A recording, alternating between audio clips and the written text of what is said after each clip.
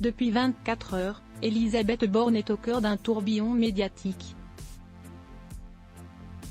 Après avoir dégainé un nouveau 49.3, le 11e de son mandat et le 100e de la 5e République, ce jeudi 16 mars pour contourner le vote de la réforme des retraites et faire passer le projet, en dépit de son rejet massif, la Première ministre est devenue l'objet du grondement social qui règne en France depuis plusieurs semaines.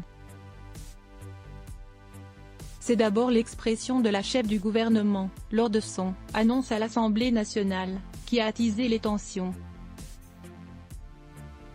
Puis, dans un second temps, la révélation de ses larmes versées en sortant de l'hémicycle.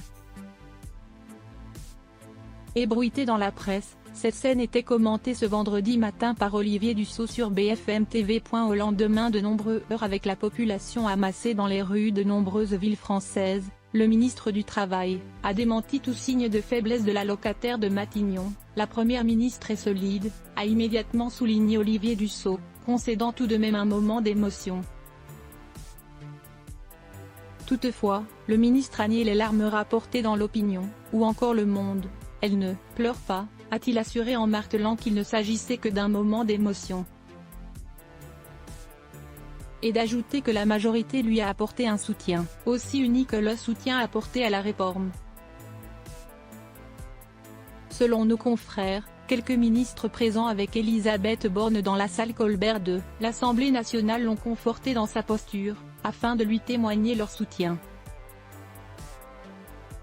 Elisabeth Borne, retour en images sur son évolution physique. D'après les témoignages, la première ministre aurait alors déclaré « Je peux vous assurer que jamais la question de mon devenir personnel n'a compté dans la décision qui vient d'être prise », avant d'être interrompue par le relâchement de la pression.